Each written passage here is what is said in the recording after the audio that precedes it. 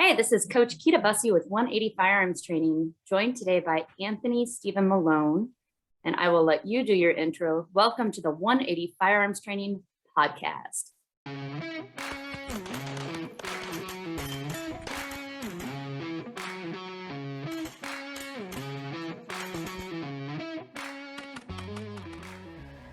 Thank you so much for having me on your show. It's good to see you again, and hello to everybody out there. Thank you so much for coming on. So why don't you go ahead and tell us a little bit about yourself to get started here. Well, to get started, full name Anthony Stephen Malone. I'm a military veteran, British Parachute Regiment, United Kingdom. Author of four books and a humanitarian. So what is the name of your book series? The book series is Honor-Bound Rogue Warrior, available on Amazon. Very nice. And you're on your fifth one, you said? We are, yeah. I'm doing the fifth book at this moment in time, about my time spent the past 9 months in Afghanistan, where I was helping with the evacuation of vulnerable men, women and children over there, and ended up being a hostage of the Taliban for 190 days over there. Well, first of all, I'd like to say thank you for the sacrifices that you've made and putting yourself out there again. You want to tell our audience what happened the first time around and when that was approximately? Yeah, about 12 years ago, I actually worked undercover for American intelligence in Pul-e-Shaki maximum security prison in Afghanistan.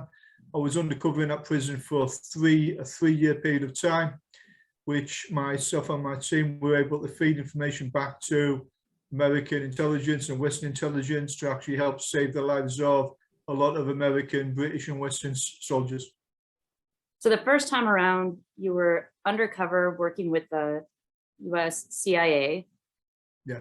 And this time around, your second time when you went back, you were there under your own name, correct? Yep, I was there under my own name. I was there as a humanitarian, so we wasn't doing anything undercover, anything like that. We were just there to help get out a lot of military veterans across the United States. We went out to Afghan to try and help us in the best way that we can.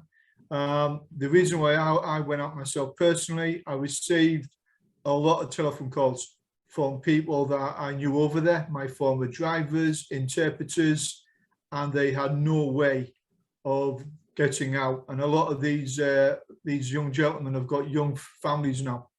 I've got young children, some of them as young as 2 and 3 years old. So I was in a position where I could either say no and not help, which is not me, or yes, I'm fire, I'm getting on a plane, I'm coming to get you. Yeah, we all saw what happened when the US pulled out of Afghanistan. It was quite a story. And I don't usually do podcasts like this. It's usually about competition shooting, but I do know that a lot of our US competition shooters did also receive that call. And I know personally a lot of people who answered that call and went on their own as veterans to go and help get people out. So I think it's heroic that you answered that call and made those sacrifices. I think it was amazing to actually see the amount of military veterans of all ages. There was a lot of what we call the old and the bold who went over there. Mm-hmm. A lot of the guys have been retired for a long time from every services, the military, the Air Force as well. And the guys went out there and rolled up their sleeves and helped in any way, which was a phenomenal thing to actually see that. Can you tell us, I'm sure everyone saw it on the news, but can you tell us in your own words what transpired that led to the calls for help? It's the fall of the Afghan government was a perfect storm where a lot of different factors came together. One of the main ones, and a lot of your viewers will already be aware of this, the corruption inside the former regime was ridiculous. And no government was ever going to really be able to stay as it was with that level of corruption. The other thing was a lot of the government or members of government and families in Afghanistan were leaving the country in the months before the official evacuation. So it was pretty much a sinking ship. Myself and my colleagues anticipated what was going to happen. We went against a lot of what the special advisors were saying, that Kabul was not going to fall. Our timings were spot on. We knew pretty much when it was going to go, how it was going to go. One of the big factors as well is the Afghan army was supposed to be 350,000 men, which is a lot of men. In reality, there was not much more than 50,000 in the whole of Afghanistan, which explains how the Taliban and the Haqqani network were able to move and take areas so quickly. It was like a domino effect. Everyone knew it was going to fall, end of. And I think some of the Western advisors should have actually done a better job and put more things in play, because it was absolute chaos. I personally don't go on what I read from other people or what I hear. I go on what I see myself on the ground, and it was absolute chaos. No one knew what was going to happen, so everyone was fearing the worst. And obviously, with the United Nations Human Rights Report that came out 2 days ago, I think a lot of people's worst fears have started to come true, and there's been a lot of ill treatment, torture, and extrajudicial killings over there. But that's not me saying this.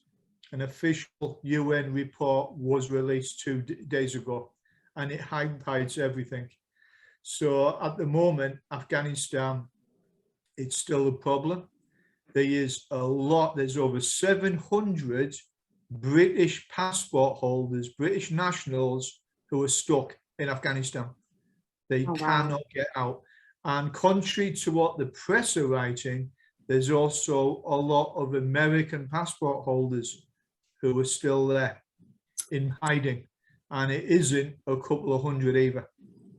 Right. So when my friends that told me that they were going got the call, they were saying, well, no man left behind is what we've always been told and we always believe, and we can't just leave them behind. So they answered the call. And I understand you were in prison in Afghanistan for 3 years, and you still answered that call and you went back.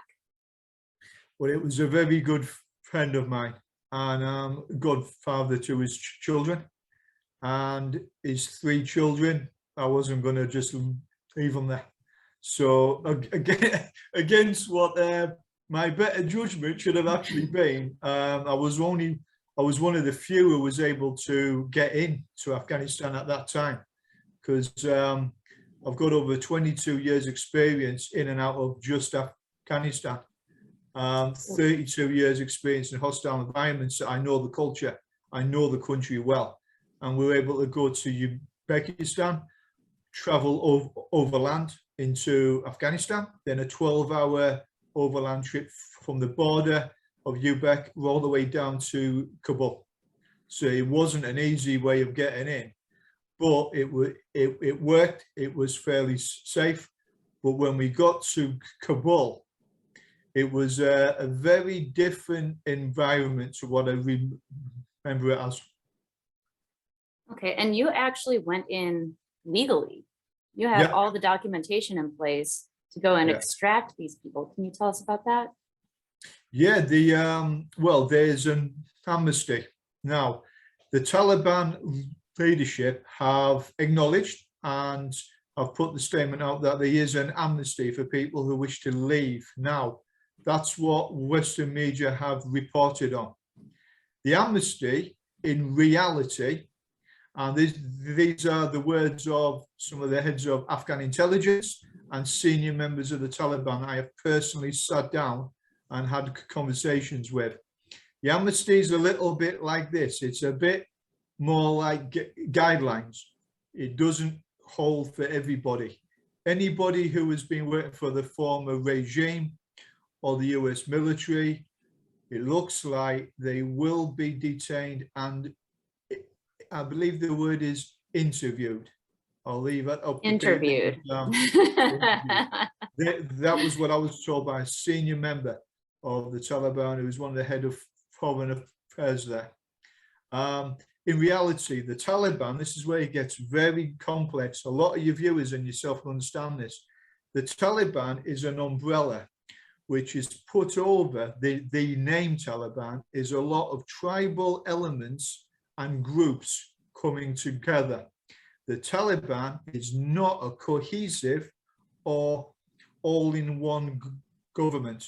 What I see now in Afghanistan and what I saw the past 6 months is, it reminds me of what it was like back in 1999, where the Taliban were coming up into power in tribal elements. That is what we have now in Afghanistan. And it's quite a dangerous thing because the top of the Taliban leadership don't really know what the bottom are doing, and they cannot control them. So is there infighting? There's a lot of infighting. Give an example, in one of the buildings in Kabul, which was a ministerial building, it had 3 or 4 floors, and you had a different tribal element running each floor.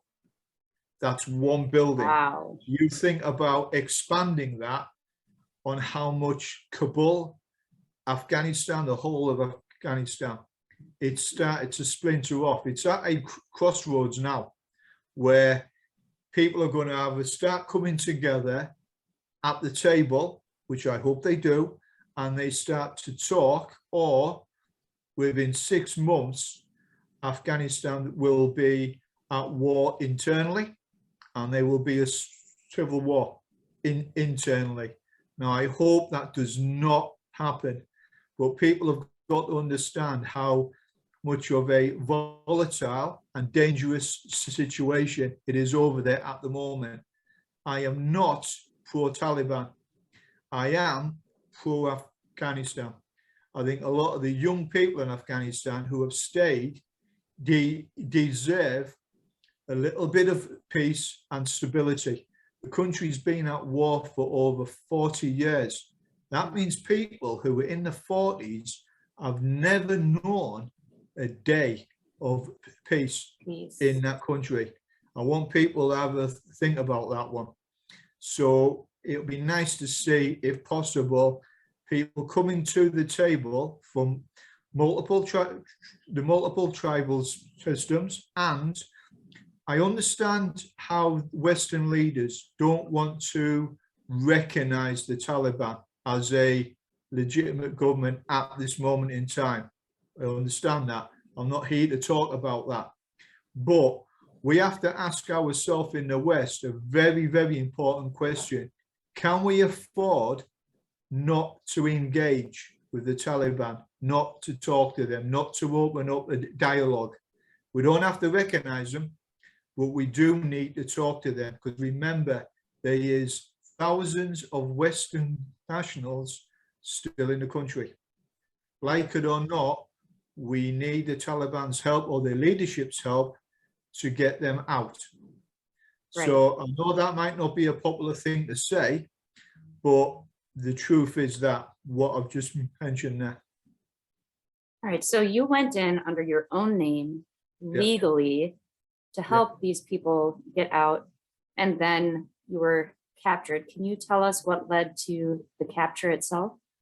Yeah, it wasn't a capture. It was an absolute fluke. There wasn't any drama. There was no gunfights or anything. It literally was. I was looking at a house with my colleague, and we were looking at renting this particular property, which used to be the British ambassador's residence opposite the embassy. And this residence is owned by an Afghan. So we were going to rent it and use it as a guest house and use it for somewhere for us to actually stay. This was around the 2.5 month point that I'd actually been in Afghanistan.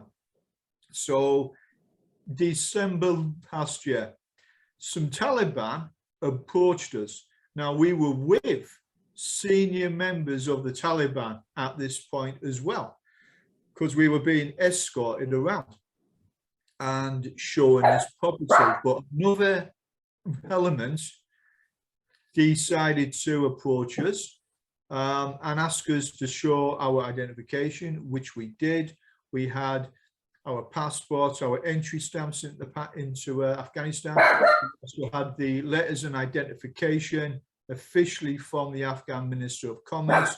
So we were there legitimately and cleanly. There wasn't any guns being aimed at us or anything like that. They said, would you mind accompanying us somewhere? We went somewhere to have a cup of tea. Then they asked us, would you mind coming to our headquarters? They were polite and courteous at this point as well. So we thought, not a problem, thinking it's just a misunderstanding. They just want to obviously check our documentation. Not a problem. The gentleman who I was with as well was very experienced in Afghanistan. Between me and my colleague, we had over 65 years experience in country. So we knew what we were doing and we could read it pretty well. We got taken to NDS headquarters. I got in the front of a Taliban vehicle. My colleague got in the back of one. We arrived there. We were then escorted and put very politely into a holding cell, which we thought we're going to be a couple of hours, Right. if that. 6 months we were actually in there for, because within a week of us being in, days of us being in, it got very political between the Taliban groupings there. We had 7 senior Afghan ministers petitioning to get us out. Ministers, 7 members of the government, Afghanistan, wanted us to be released because they knew we were there to help the people of Afghanistan. We were there purely on humanitarian grounds. That was my objective there. But even they didn't have the power to release us. It took 8 different countries and a lot of negotiations to actually get us released. We were never charged with anything.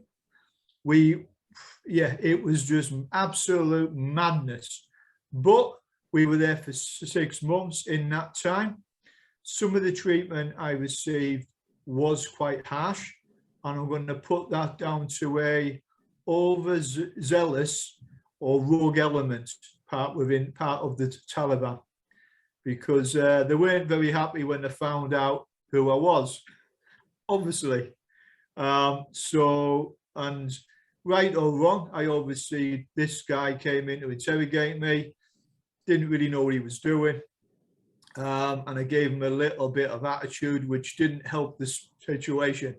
He actually tried having a go at my country, and I wasn't going to stand for that. So I kind of told him what I actually thought, which might not have been the best thing to do at that point.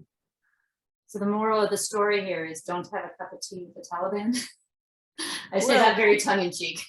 Yeah. Well, it was one of those things. Anyone who knows me knows I don't betray my country, my friends or my family.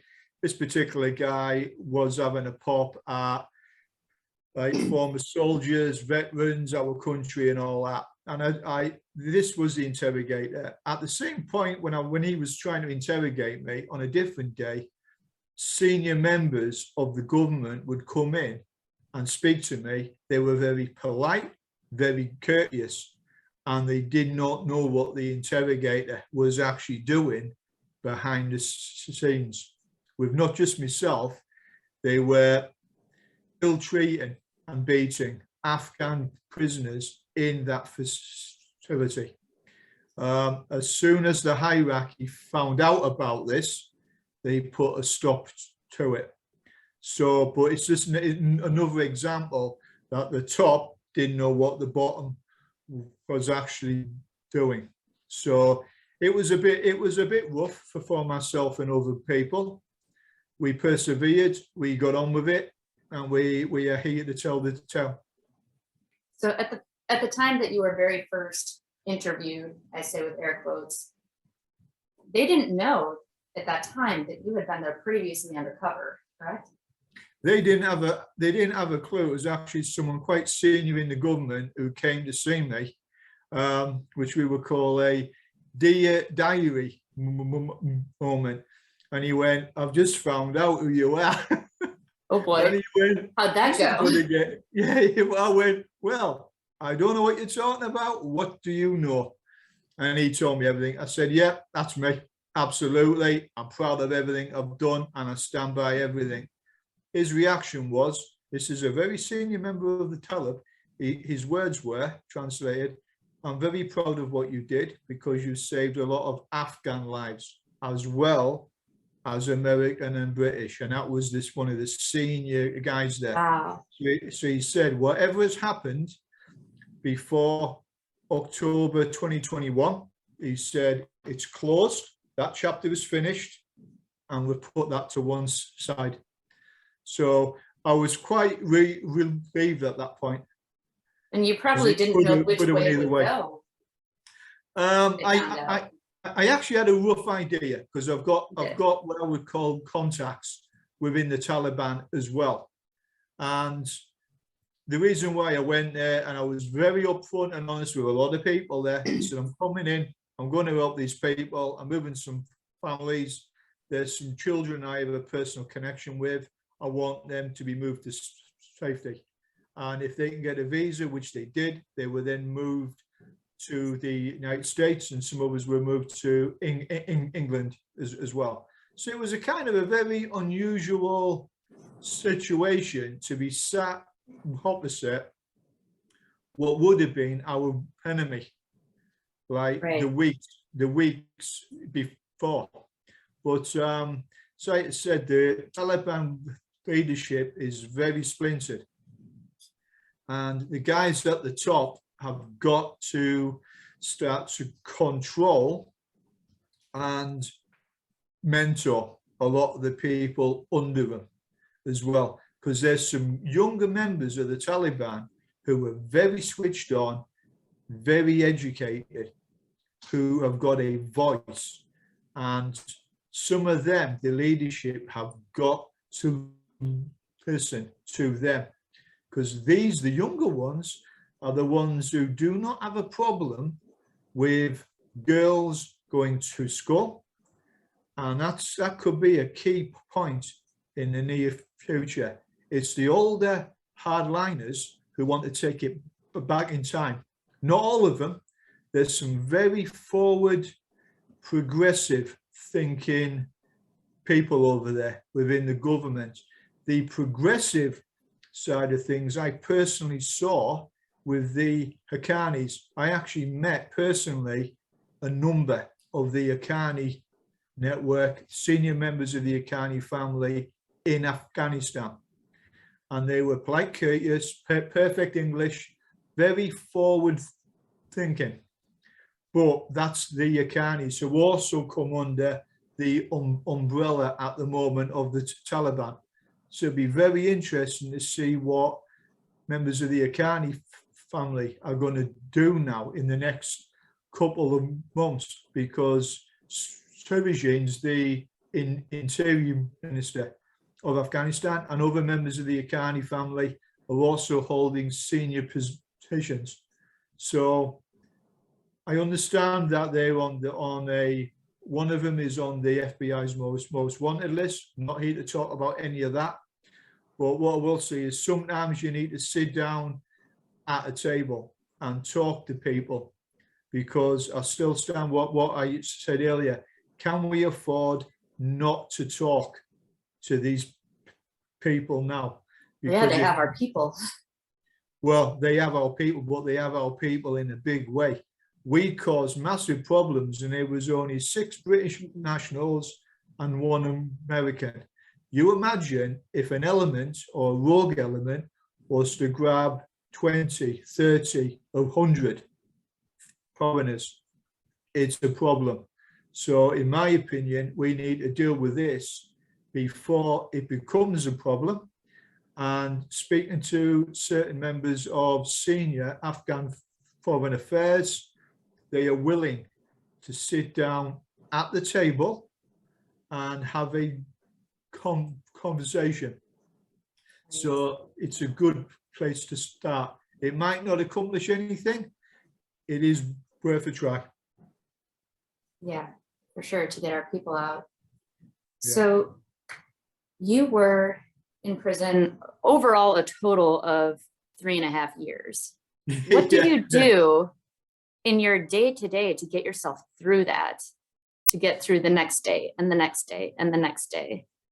Well, I'll be honest with you, the past 6 months were harder for me mentally and physically. This past 6 months was worse than being in Polishaki prison for 3 years.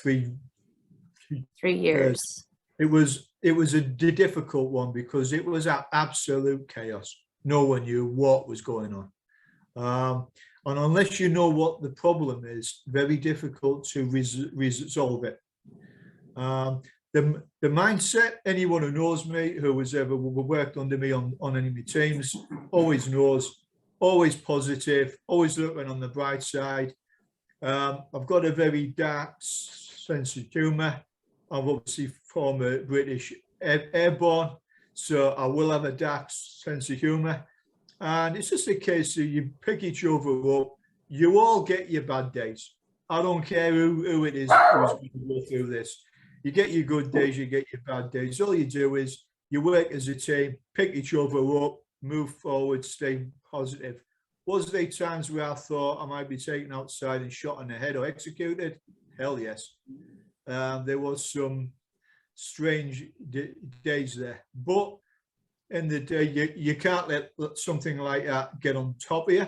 You've just got to think, if it happens, it happens. If it doesn't, let's roll up our sleeves and make the best of what we can.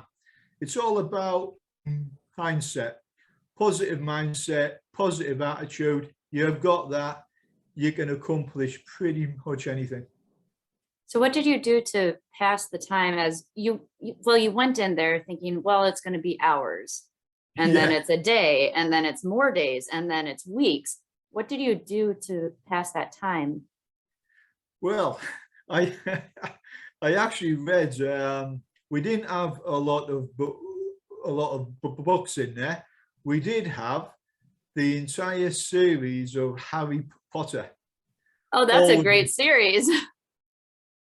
Had you read it before? Nope. I had not read it before. I've got 2 young girls who love Harry Potter, so I knew a little bit about it. But we actually, pretty much all of us in there, read all the Harry Potter novels, all 7 of them, at least twice, if not more. Oh, wow. So we actually know all the characters well now. But oh my goodness. It's just a case of read it, you take your mind out of where you are. Your body could be there, but your mind's not. You put your mind elsewhere. That's stay separation. focused, stay switched on you. That's fascinating. I think you and your boys should go do some Harry Potter trivia, maybe win some money. I'll tell you one thing, we are really good at it. But yeah, all what you do is in that situation, it's all about teamwork as well.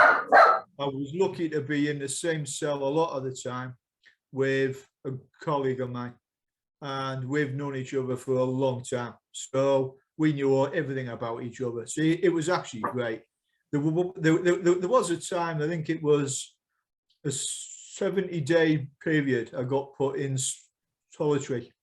So this Taliban interrogator, it wasn't that experienced, just thought it might he might kind of help to upset me by putting me in solitary.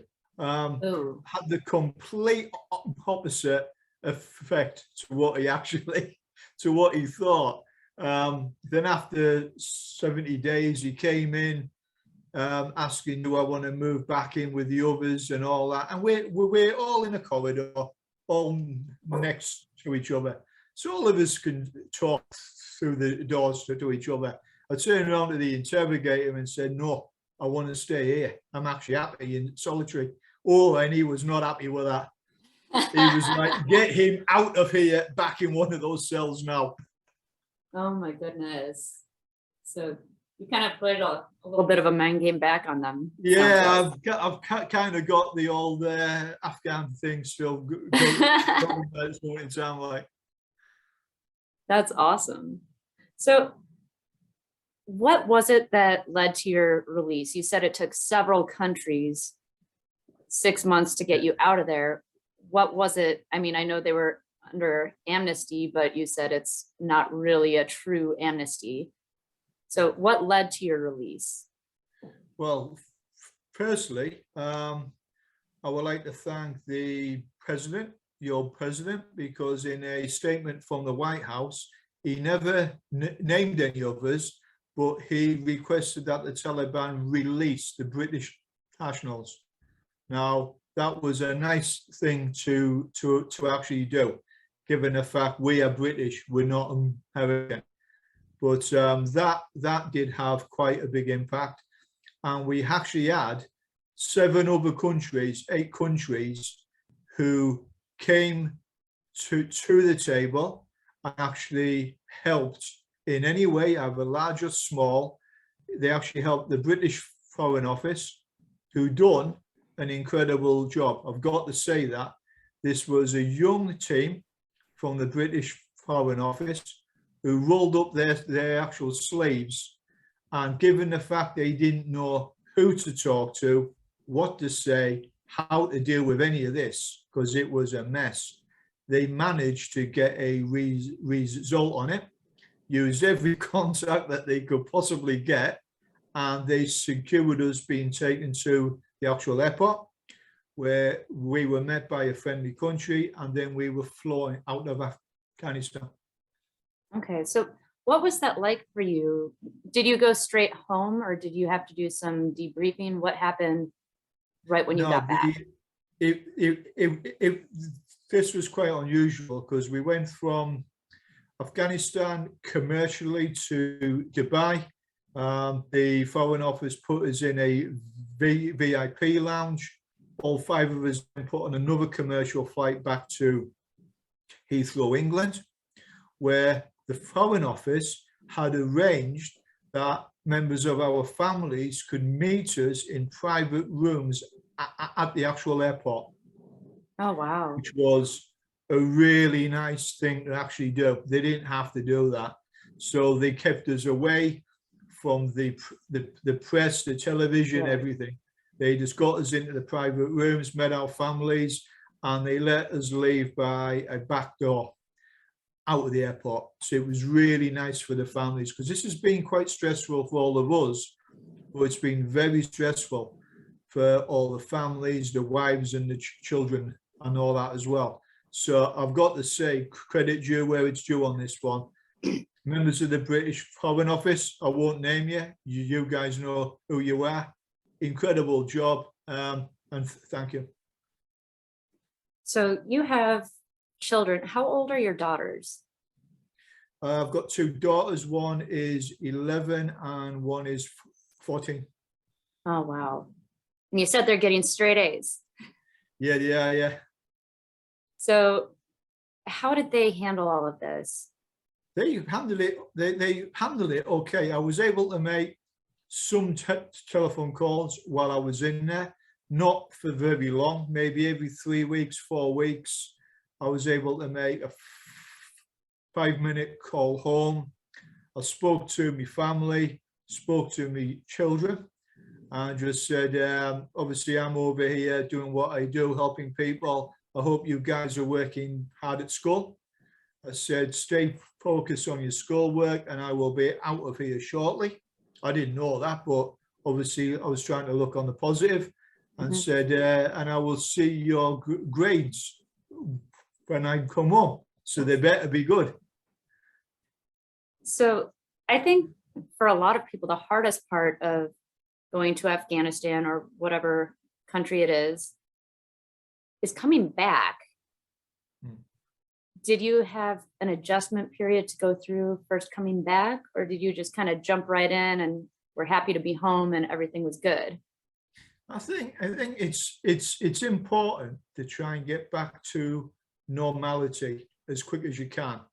But I think it's important that, and I advise some of the other guys who were released with me, I said, you need time to decompress. Take a couple of weeks off everything. Go and spend time with your wives, your girlfriends, and your children. I said, spend time getting back to normal. So don't forget, we've just spent 6 months in a Taliban underground interrogation center in Kabul. Not the normal, what people normally have to do. And I'm proud to say, I actually speak to the guys who I came back with nearly every day. We always try and keep in contact, and the guys are adjusting well. But I think it's important that the guys have got to give themselves a little bit of time to adjust back into the world. Things like normal food, being able to walk outside. Right. When it's just the little things we all take for granted, or exercise. Being able to walk for half an hour every day is brilliant. I can't go much further because I'm so unfit now, it's unbelievable. But it's nice to be able to do that, or turn the shower on and you got hot water. It's just the little things that really make a difference. I think the guys have understood it. Yeah, I think the guys are doing well. But anyone who's going to go through anything that we've done, or anyone who goes to Afghanistan, they've got to give themselves a little bit of time when they come out of country to adjust being back in the world, because it's a very different place when you come back. Yes. Well, yeah, a lot of people have been there, seen it, done it as well. I think a lot of people don't understand that even something as simple as going to the grocery store to buy butter can be completely overwhelming. There are 50 kind of butters to choose from, and you've been fed whatever you've been fed without any decision making for 6 months. Yeah, if you like rice and beans, you're doing well. I love rice and beans. Not every day. Not every day.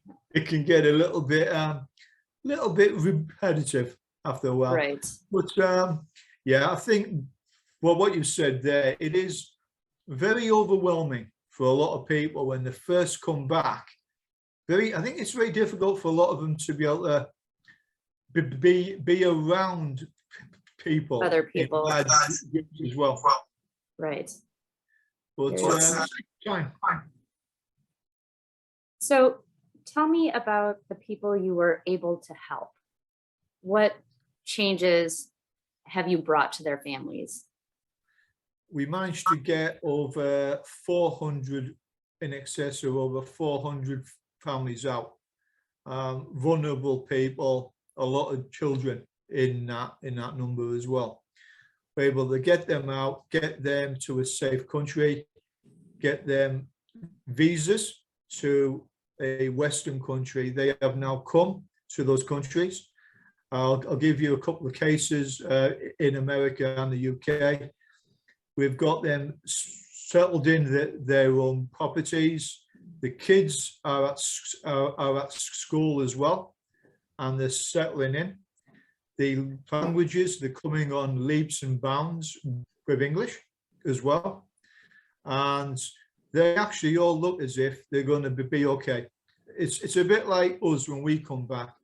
It is a very sharp transition from being in that environment to being in a safe environment. And I think what I'm being told of a lot of these families, which I'm in contact with a lot of them still, and they're adjusting well But I think the overwhelming thing out of all of them, including the children, is the relief. They're safe. They're not going to get a knock on the door in the middle of the night. The parents aren't going to be taken away. To be able to do that. And we moved people. We moved a small amount compared to some of the other organizations who were able to help a lot more. But we did what we could when we could. But it's just the look of relief on the children's faces when you see them is absolutely priceless. And they're going to grow up in the West to be educated, and hopefully, you never know, some of these young ones now might go back to Afghanistan, and they could very well be the future leaders of that country. And if we've helped give them the right mindset and opinion about the West as well, which I think is important, then at least they're going to go back and say good things about us. Yeah, I think another thing, what you said before about them feeling safe, people watching this might not realize when you're in a country during wartime like that, your head is constantly on a swivel. You have constant anxiety. It never lifts. You never get a moment of sort of inner peace, that security. It doesn't exist. And then you go from that environment to a place where you can just relax a little bit, and it takes a while to let that go and to let yourself just be. Yeah, it's very difficult, isn't it, to put that into words. A lot of guys who are going to watch it, especially a lot of the veterans who have been out there on tours all over the world, and a lot of the veterans who went out to Afghanistan during the evacuation, it's been a year.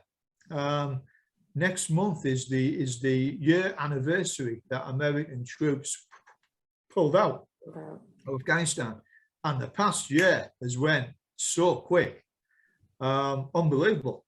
It's just, you're like, wow, you sort of, if you get caught up with everything that's actually happening out there, it's so easy to lose track on time. Days, week, months, you're just there to get a tasking done or a job, help people, get them to safety. Time doesn't mean anything. But when you come back in the world, it's quite funny because people don't normally work 23 hours a day, like back in the world, like, and a couple of them were complaining, oh, we've got to start work at 9 and finish at 5. I'm like, really? And you're complaining about that? Right. Yeah. So what are you doing with your time now since you got back? I'm just recovering. Obviously, I've had to spend a bit of time going in and out of hospital. Managed to pick up 6 cracked ribs, bruised kidneys, kidney infection, 6 of my teeth got a little bit chipped in there. You know, interviews will do that to you. Interviews will do that. Some of them were a little bit harsh, but I'm still here. I'm still doing well, and hopefully I'll make a full recovery. I'm still doing the work now, which is through my Patriot organization, and we help a lot of the veterans, the families, and the children, both here and over the pond as well. That's fantastic. And your book, so you're on your 5th book, you said. Were you thinking of ideas for your book while you were sitting there to keep your mind occupied, or did this happen Absolutely after the fact? not. No, my trip to Afghanistan was meant to be a 2 or 3 month, very quiet, under the radar kind of a trip. And I thought it might make a chapter to add to me existing book. That was what I thought. Not meant to be a whole new book. Right. I couldn't believe it. I was like, oh, how can this happen to me again? You know what I mean? Right. Everything, all the nuances. The heads of Afghan intelligence sat with me drinking tea eating kebab, having a conversation about politics, about sport, I was thinking, people are not going to believe this. But hey, it's the story of my life, isn't it? That could be a movie. Well, yeah. Well, I've got 3 of them now, haven't I? So at some point, somebody I think will end up making a film about it, because it has been a little bit surreal. But I think it's important because I am a veteran, the same as so many veterans who are actually out there. And I didn't go out there to represent myself. I went out there to represent veterans, as in, just because you're a veteran, we're not serving, but we can still do our job, and we can do it well. And if it wasn't for veterans standing up and answering the actual call during the evacuation, there will be thousands, if not tens of thousands of people still stuck in Afghanistan. So every veteran who got involved in any way, and even a lot of the civilians who got involved, who didn't go out there, but they helped behind the scenes, and the families who helped support the guys, the vets who went out there. I think everyone can hold their head up high, because it was a phenomenal job what happened. I don't think people have really thought about all this yet, but how many times in history has so many veterans answered the call so quickly, got on planes, went across the world and helped move so many individuals? No one's really spoken about that. And I think you'll find very hard done by to try and find another event like what happened a year ago. I can't think of it. So I think people have got to stop thinking about the negative and think, you know, something on a positive note. Military veterans, the families and all the supporters answered the call, and they did incredible work. And I think people need to write about that. Well, they knew nobody else was going to do it. If they didn't do it, it wasn't going to happen. And those values that are instilled in you, the reason that you enlist in the first place, that doesn't just go away. Yeah. You never, once you're in, even if you're out, you're still in. I mean, you're not going to just stop being who you are. You can take the man and woman out of the services, out of the military. You'll never take the services out of that individual. Once it's in you, it's in you.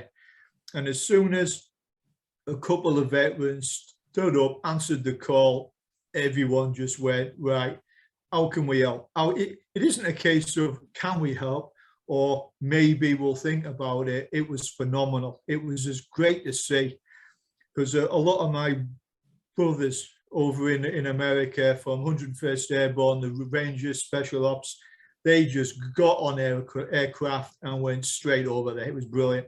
Yeah. And they made a difference. There wasn't a cohesive plan, I think. I don't think anyone expected so many people to say, yeah, we're getting our gear, we're getting on a plane, and we'll see you over there. But interesting fact, a lot of veterans all of a sudden started to grow these. So you kind of knew which ones were going to go. Right.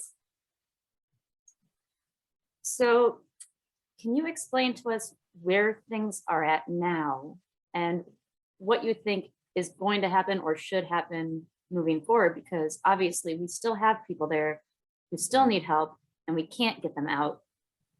Where are things going from here, in your opinion? I think, now, this is my opinion, okay? And I go from what I see, not from what I read, okay?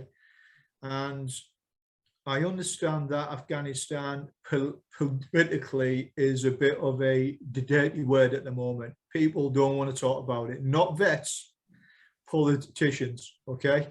Right. I think politicians have got to cowboy up, put the big pants on and think we've actually helped to cause this problem.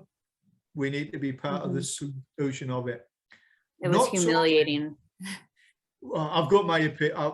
I've got a deep opinion, And I think I'm going to speak for a lot of veterans out there. It should never have happened the way it did. Right. We didn't have to pull out as quickly, okay? It caused absolute panic. Now, what's done is done. There's no point in talking about it now. We have to look at what is happening now, what could happen, and for once, the politicians need to start to think 20 steps ahead. If it goes well in Afghanistan, brilliant. If it doesn't, what are we going to do to actually help it? Because the last thing we need is for Afghanistan to become a failed state and a haven for multiple terrorist organizations. And we might end up in the future having to put troops back on the ground again. Right. It wouldn't surprise me if that happens. We are at a crossroads now where a lot of the Taliban, I'll call them Taliban, people in Afghanistan, they're not experienced, okay? They don't know how to run an economy, a country, look after its people, okay? They need help. They need guidance and mentorship in many different forms. People on both sides need to take a step back and a deep breath at the moment. The Taliban were given a country a year ago. They were handed a country, okay? Right. They've had a year now to find their feet and see how to run it, okay? They've given it a go, all right? They've made a lot of mistakes, but they are still at least trying. Now, the West has got a decision. Do we wash our hands and walk away, or do we engage? Not recognize them, engage. In conversation. Sitting down. Engage in conversation. Let's specify that. Oh, I'm just me, and I can walk into a room and I can still do it with multiple members of the government Taliban at any time. Because I'm not, like I said before, I'm not pro-Taliban, I'm pro-Afghanistan. I would like to see the people actually have a little bit of rest. And I would like Afghanistan not to go into war again, because if it does, Western countries will get involved again at some point. And do we really want to see American, British soldiers, boots on the ground again? We've done it for 22 years. It hasn't worked, okay? So there's no point in trying it again, because it isn't going to work a second time. So we need to think of what options is there available to Western governments that they can sit at the table with the right people. They've got to identify the right people within the Taliban who to talk to as well. That's so important, because you get the right people at the table, a lot of good can be done as well. I don't like a lot of members of the Taliban. To me, they were the actual enemy for so long. I worked for 3 years undercover, trying to stop attacks that they were trying to do on us, on our troops.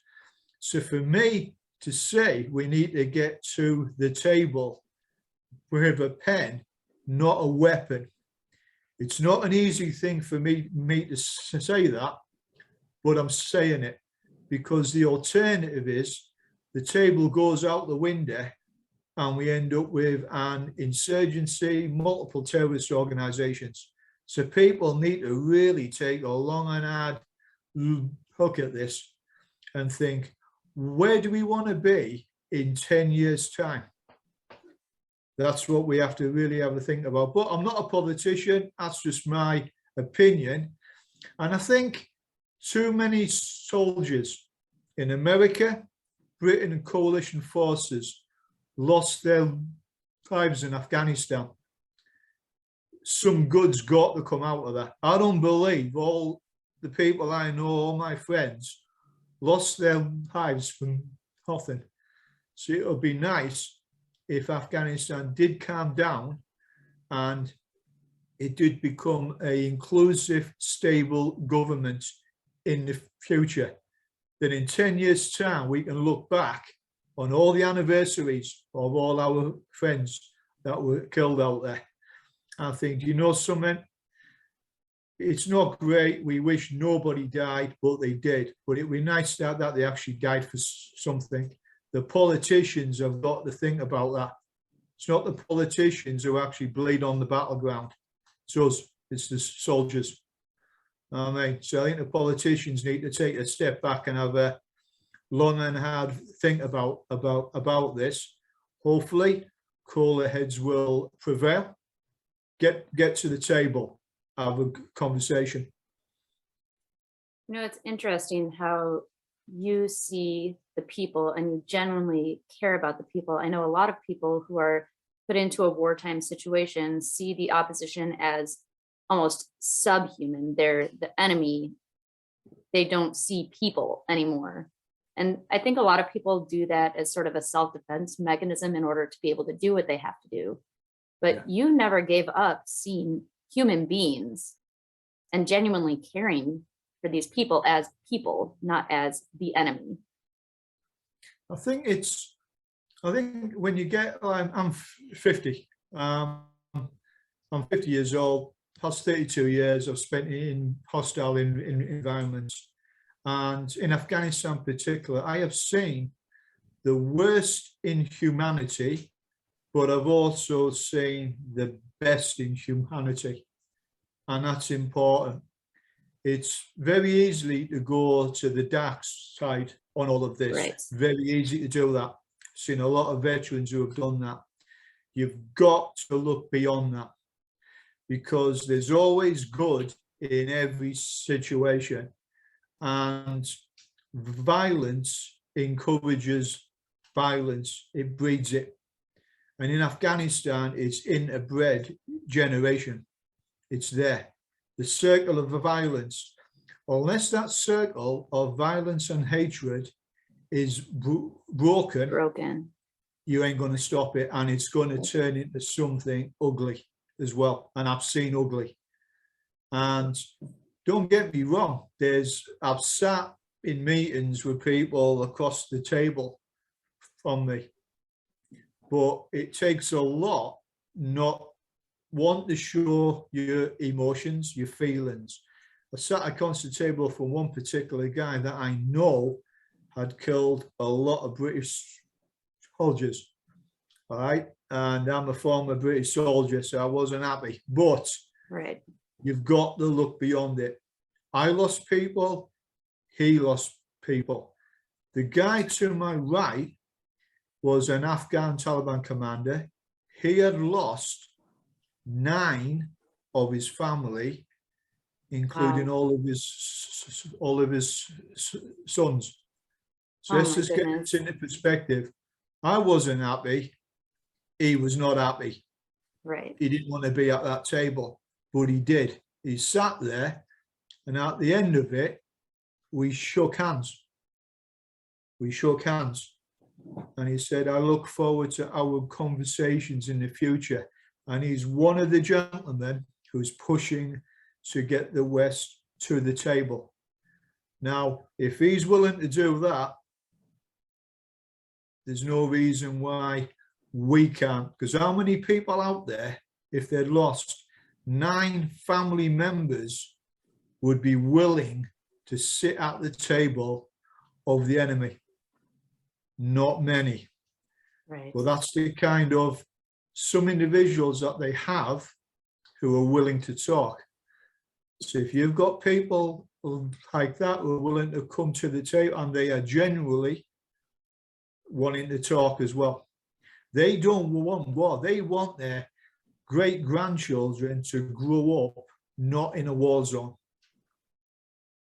So it could be an opportunity here for people to get together and have a chat. That's it. In Afghanistan, you meet and you drink tea. Copious amounts of tea. hundreds of countries in one meeting. Okay, it's how it is over there.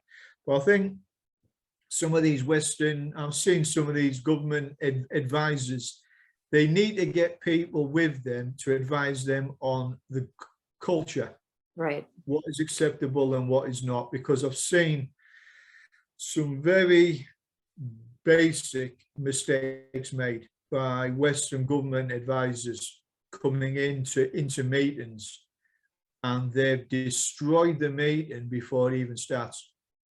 It is honestly, it's horrifying to look at it, but hopefully now they'll get the right people on board and advising them, and we move forward. That is basically it. So now everyone's just got to roll the sleeves up, get to the table, see what can be done. But it's not for the likes of me or the veterans out there. This is now in the hands of the politicians. Can you think of an example of some cultural things that Westerners especially tend to overlook that can be insulting? Oh, there's quite a few. It's just basic respect culture. No, it's like the very old military saying, and you'll know this: know your enemy. Okay, that way you understand your enemy. You know how they're going to react, how they're going to move, what they're going to do. All right.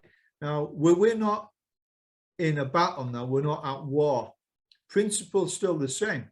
You don't walk into a meeting unless you know, one, who's in the room, who they are, their background, what tribe are they from, what culture, what background have they got, have their family members, have their fathers had a record of talking to Western countries. And if people look at it, they might be surprised what they find. But it's just basic due diligence that I've seen a lot of people not do. So I never walk into a room unless I know who's in there, who they are, and their background, because I would look at that as being disrespectful. And I know the opposition do exactly the same. They want to know who they're walking into as well. And I always make, and I very rarely say this, I make one assumption, and that one assumption always is: the people across the table from you know more than you. Always think they're more switched on, they know more. Because the day you underestimate the people from across the table is the day you're going to have a problem. And politicians are very short-sighted. They don't think of that. So I think some of the politicians who have served in the military, you might find a lot of the former military commanders, especially in America, some of them might take a bigger role or take a step into politics now, because you've got some in America, you've got some incredible military commanders that have come out of the military, made the transition into politics, and we need more of them. Because if you put, and I'm going to say a name here, you put David Petraeus at a table, he gains respect of the opposition before he's even in the room, because they respect him as a warrior, as a soldier, and as a leader of men. If you're dealing with Afghanistan, that is the kind of ilk that you need. And believe me, they know America's former military commanders, their leaders. They do class them as enemy at one point, but now, as they say, we want to welcome people as friends now, not our masters, not our conquerors, but our friends. And that was from the head of Afghan intelligence, who personally told me that. So like I said, there is an opportunity there. I've dropped David's name there because that's the sort of ilk that could really help. There is other very good military commanders out there that are now in politics. All it takes is for the right person to be assigned, get to the table, and great things can be achieved. I have to say, I'm really impressed with your mental fortitude and your humanity in general. You're a genuine, caring person who has sacrificed everything to help all these people. I think it's important. I think it would have been very easy to go to the dark side, as what we always say. I think any good soldier or operator should always keep a hold on a handle on his humility. Being able to shoot a weapon is one small part about being a good soldier and a good human being as well. I think when you get to a stage in life that you've seen that much war and conflict over a long sustained period of time, I think it's important you take a step back and grounded. I'm very fortunate. I have a great family. They keep me grounded. If I'm having a bad day, my girls will come in and say, "It's going to have a water fight outside." Brilliant. Okay. It takes me out of where my mind was, gets me back into here and now. And all the veterans that are out there, and I'm going to say this if I'm allowed to, if any vets are out there and you're having a bad day, a bad time, pick up the dog and bone, pick up the phone and speak to one of your old comrades, because I guarantee you, you're not the only one who's having a bad day. All right. If you have a problem in the military, you speak to your team, you speak to your friends there, speak to your brothers in arms.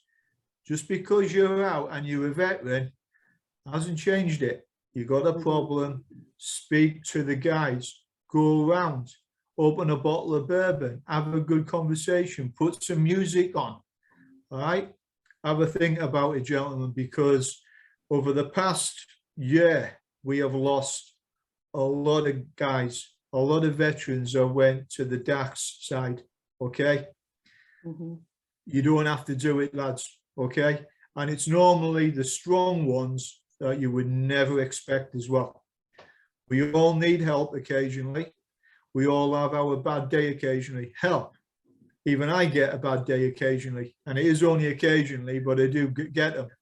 But it's important, I think. I think everyone just has to get together and just make sure everyone's all right. If you haven't spoken to an old colleague for a couple of months, pick up the phone. It's a 2-minute chat, and you might find you will make his day or his week, because he might be thinking some not good thoughts. But like I said, I'm a veteran. Been there, seen it, done it. I've got the T-shirt, so I'm speaking from experience. Well, thank you so much, Anthony, for coming on. I really appreciate you sharing your story. It's absolutely fascinating. Thank you so much for having me on your show. I know now you are an international superstar. I don't know about all that. Great seeing you again. You too. Okay. You take care of yourself, and thank you to everyone who's been watching the show. Yes, thank you. Bye, Anthony.